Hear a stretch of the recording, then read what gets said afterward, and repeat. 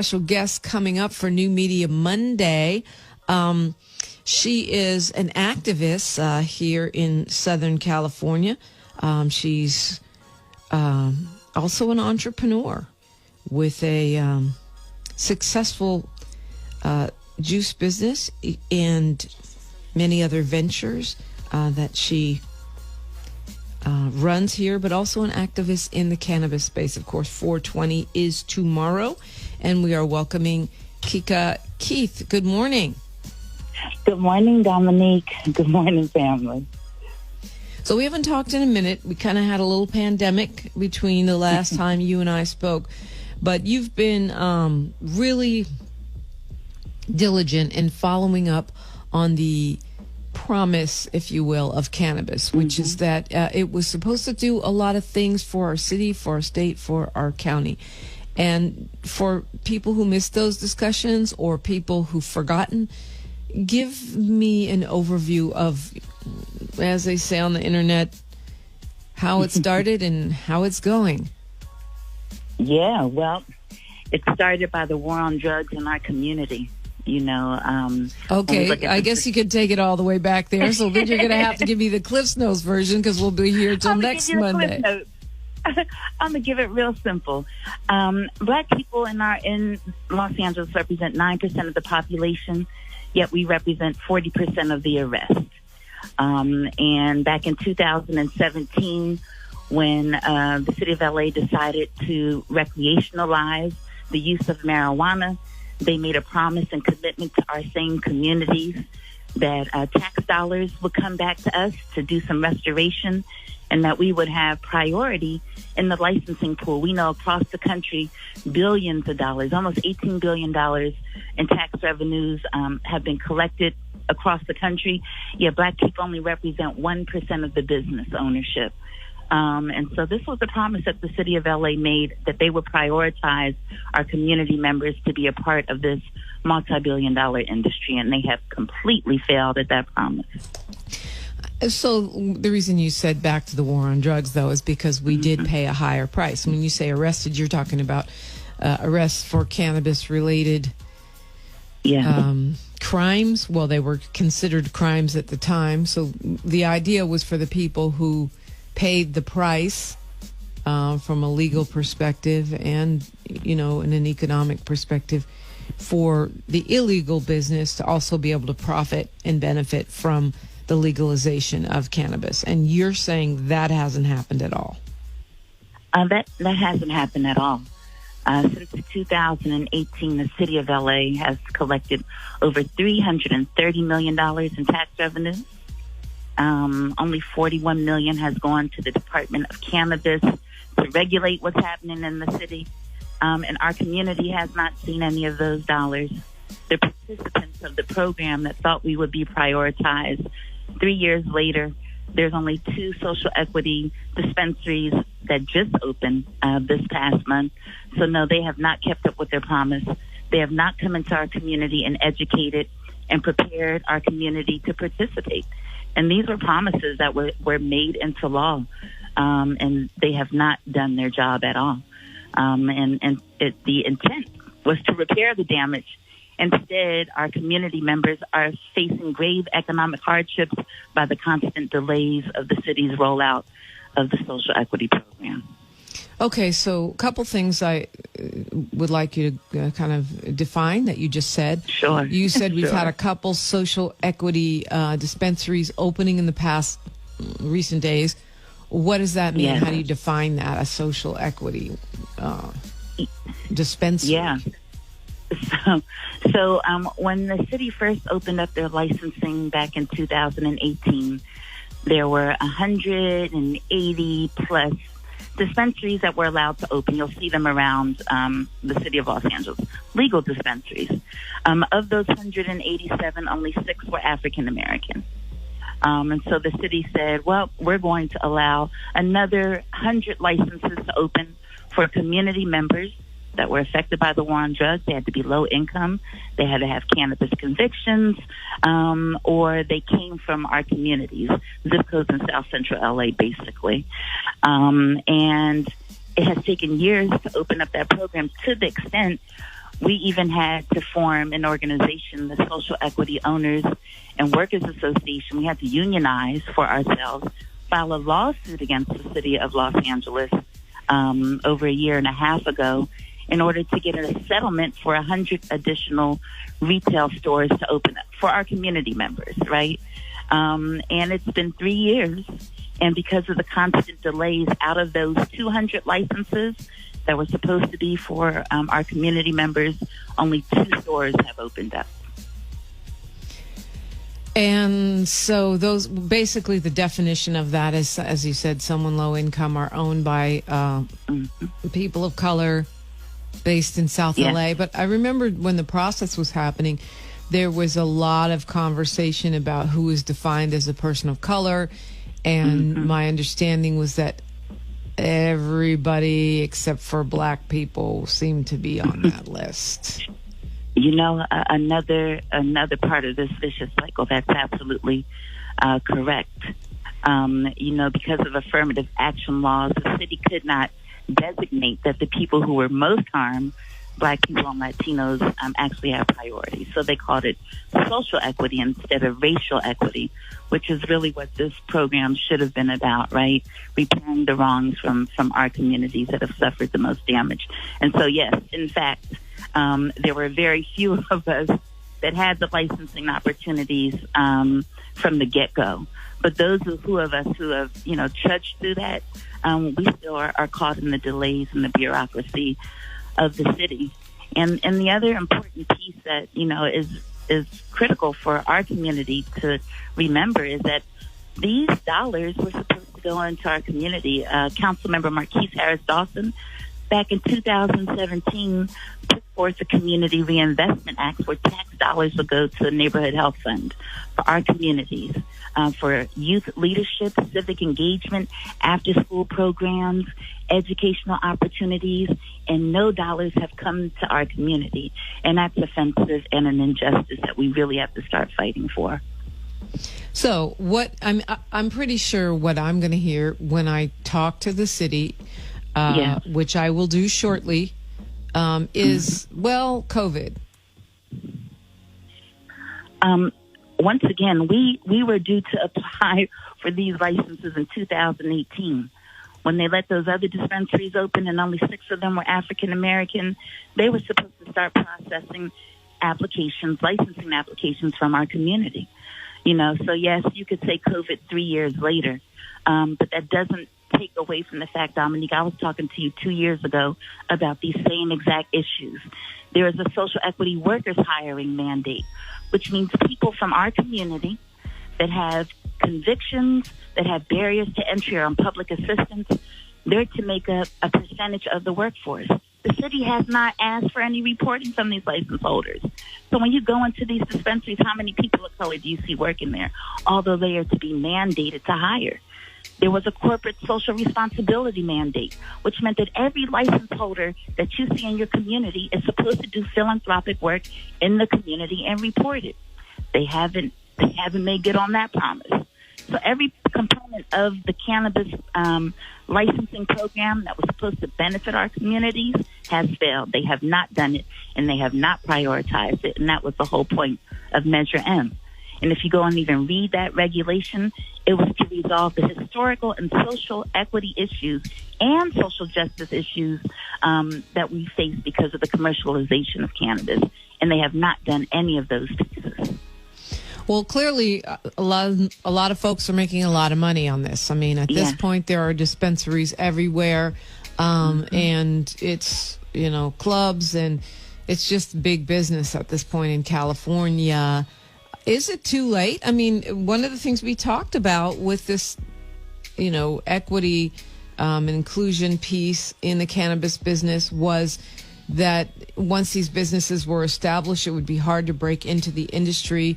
And we didn't want people of color, especially black people, being left out. Is it too late? Has the train left the station already? The train has definitely left the station, but we know, especially historically as black people, we're always running to catch up to it. But this is a train worth catching. And most of all, because we see these programs running, opening across the country. We saw New York just legalize cannabis, New Jersey, Virginia. And LA is the largest market in the United States, and we must be an example. So if the community does not show up and demand that what was written in law takes place, then yes, it will be too late. But we are definitely in a position to put pressure on the mayor. He just, after the Black Lives Matter movement, they started an equity department. Your cannabis equity, which brings in the most taxes, are not being addressed. The city council members, they act as if they've forgotten that this is an obligation. And so it is time to apply pressure to the city council, to Nori Martinez, to Mark Ridley Thomas, to Marquise Harris Dawson, and all the rest of them. It's time to put pressure, because if we don't do it now, we will be left out. And this will be the only time in our lifetime that we have the opportunity to be a part of a new industry. And I tell the listeners, family, listen, we were left out of the cotton industry, tobacco, alcohol, you name it. And if this isn't a time to fight for our ancestors and all the things that we've lost, because the amount of revenue that is generated, it needs to be coming to our community. We need to have opportunities for ownership. And it's just that simple. Yeah. So what does that pressure look like in your opinion, Kika Keith? What, when you say pressure the mayor, pressure the city council, what are you asking people to do? I'm asking people to call into the mayor's office to demand that there be equitable policies, that they prioritize the people in our community. I'm asking that folks call in their local council members and demand that they look back at this Community Reinvestment Act and that tax dollars go back into our community. I'm asking folks to demand that instead of focusing on enforcement, which is where these tax dollars are going, that we let them know that we know that they exist and we know that it is law and Measure M, and they put it back into our communities. And we're organizing. Empowerment Congress West in the Baldwin Hills, Crenshaw area has taken a lead with their cannabis committee to organize the neighborhood councils in the community to put pressure. Community impact statements are critical right now. We're not loud enough, and we need to start making noise about this. Just quickly, a couple more questions here. You said that the money is going to enforcement. But I doubt all of it is going to enforcement. Is it? I mean, where do you see these dollars going? Are they going to the general fund? I mean, we are in a kind of like once in a lifetime pandemic crisis. Absolutely, Dominic, you're correct. 289 million plus did go to the general fund. And yes, there is a deficit within the budget that these funds have been directed to. But I'm talking about policies, and we're weathering that storm when we get past that. That's why I think it is a great opportunity for us to speak about it or demand where these funds are going to, so that the next year, when this next 100+ million come in, that they have laws in place to designate money to go through our communities. But that's not the only money. The Department of Cannabis has received close to $12 million in funds specific for the social equity program. And so when we look at, what can be done, we're just talking about prioritizing where these funds are used to directly serve the communities that are in need, and that is not happening. All we see is delays in processes and inefficiencies of the time that it's taking for folks to be able to open their businesses and give back to the community. Right. So for someone like you or others who have actually invested in property that they were kind of putting dibs on so they could have a cannabis business in the community, and they are just waiting and waiting and waiting on these licenses and on this supposed investment in our community. Meanwhile, you're paying rent on that place. You're paying whatever other expenses come along with that. So basically losing your shirt in business while waiting for a policy that was promised. But really isn't, I mean, by the city stating that these funds were meant to go into equity, diversity, and inclusion, isn't that tantamount to policy? I mean, what makes you think that a policy is going to make any difference when we already had a stated intention of this program that never manifested? In other words, is that even going to make a difference if we have a policy, if they're not implementing it, if the dollars are not flowing to South LA, and while we're still here, which I don't know how much longer that's going to be, because everywhere I look, it's not looking like we're going to be the majority here too much longer. What makes you think that a policy alone will do it? Well, I don't think a policy alone will do it, and that's why I'm calling on the public to put pressure for them to implement the policies. You're right. The policies are in place already. They're not implementing the policies in a timely period, and they're not prioritizing, which was a part of the rules, to prioritize those who are from these communities.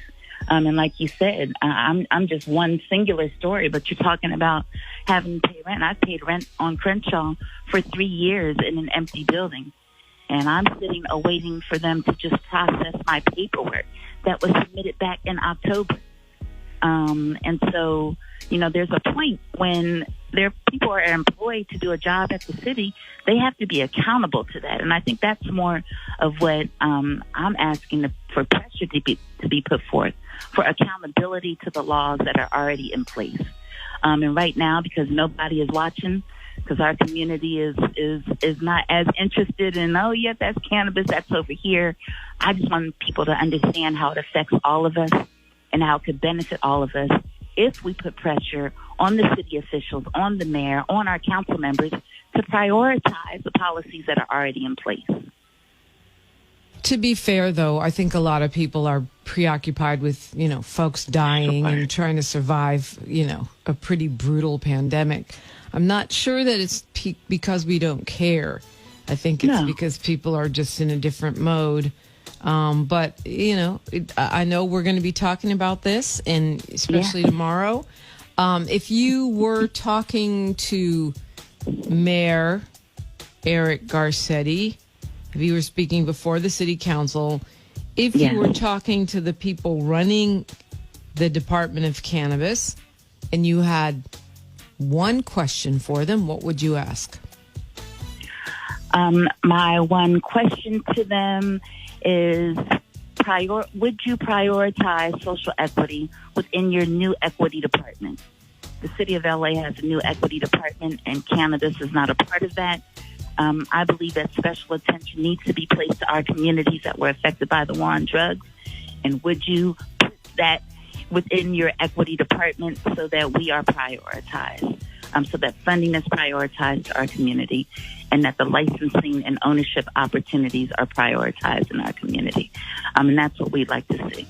Okay, so the last question real quick, because, of course, you and me, we're always a little running over. But yes, what's at stake here? I mean, what are we talking about in terms of dollars and opportunities that should be flowing to South LA? Well, when they looked at the original legislation, you were talking about 10% of these tax dollars to go into our community, right? So you're talking about over $30 million to date that should have been going into our communities, into after-school programs, into leadership programs, into health services in our community. And then on top of that, every business that opens up in our community that we open up, we have to do community reinvestment plans. We also, in turn, will do extra work in our community to serve those that are in need. And so you're talking about us being able to recycle dollars in our community if, in fact, we represent the ownership. If you look around and those owners don't look like us, they're taking the money out of the community. And that's the importance of prioritizing that those who are licensed in our community get their doors open so that they can hire, create jobs, living wage jobs in our community, and also have robust community benefits plans. And that's where we start to see the economic wealth gap close. Right. Of course, it's the basic. It's recycling black dollars. How can people reach you? I'm on Instagram at Big Kika. And I'd also encourage folks to go to ECWANDC. That's ECWANDC. It's Empowerment Congress West website. In their calendar section, it will list the Cannabis Committee, which meets this April 22nd at 6:30. We'll be sharing more information on ways that we can mobilize to make sure that the mayor does what, in fact, Measure M promises. All right. Kika Keith, great to hear from you. Thank Please you, make sure that we stay connected and we can keep people abreast of what's going on with this important issue. Certainly, I appreciate the opportunity to share.